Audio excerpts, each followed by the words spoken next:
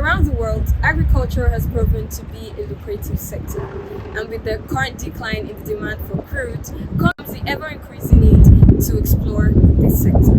In this video, the NDDC Board Chairman Lauretta Onochie shares the story of a man who built a multi-billion naira farm business and not only employed about 1,000 people but also changed the lives of the people in Nasarawa State.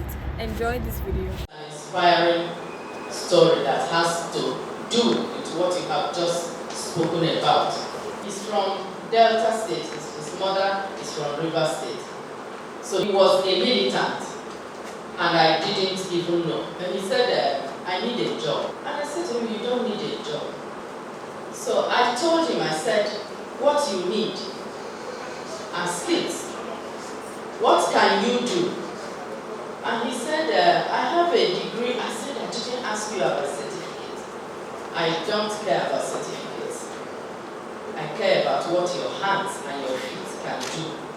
I said to him, tell me what you can do. He said, I have these two hands. There's nothing I can't do with these two hands. And I said, can you farm? And he said, farming. I said, yes, farming. Have you heard of Anchor Borrowers Program, the federal government project? And he said, I've seen it on your page on Facebook. And I said, go and research about it. He came back with me with what he found out.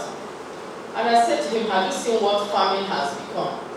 That farming is no longer, using hoe and cutlass to till the ground. You can do mechanized farming. And then I said, but I don't know how to start. How do I get the money to start this farming? And I said, the rule is form a cooperative society. So Redson went, he said, what do I do? I said, form the cooperative, register the cooperative society, put the certificate there and say you want people to join you. The day he put it there, he got 600 people joining. And I said to him, charge everybody 5,000 naira each. That's your starting. All of them are contributors. But that's how the cooperative works. And he did that. So that was his starting operating capital. But he didn't stop there. One of those over 600 people that subscribed lives in England. He called him and said, I'm not going to give you 5,000 naira, I'm going to give you a large piece of land in Nasarawa. And he told me, and I said, brilliant.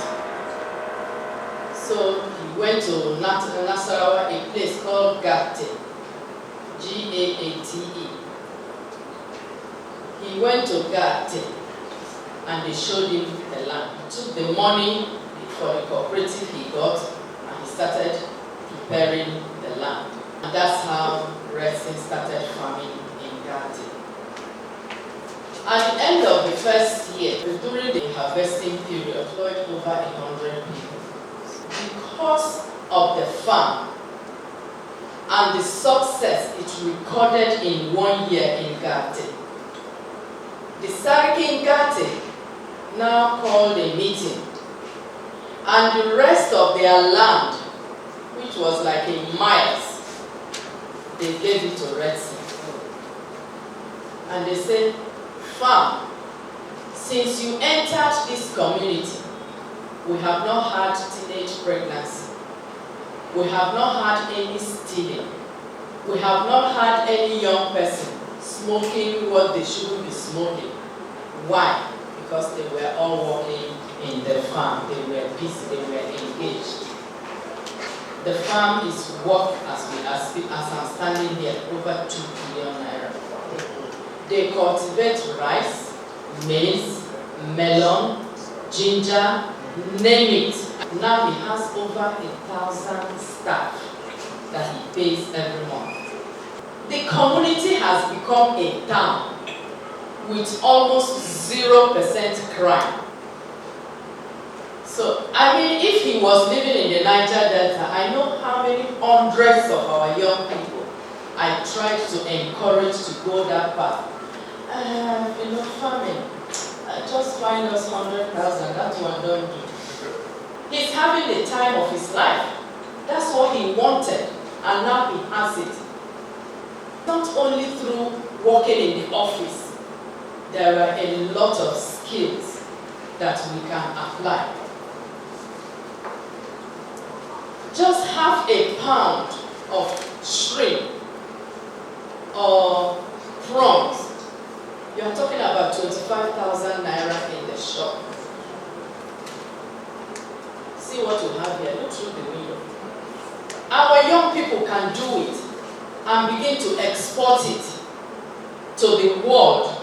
In the north, they are rearing grass cutters.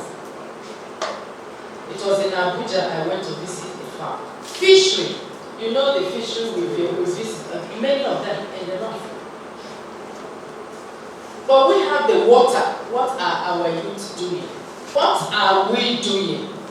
So you, as the Nigerian Youth Council, you have a role to play.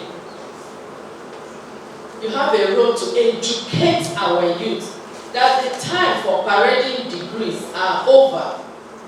These are the things we should be encouraging and doing for our young people.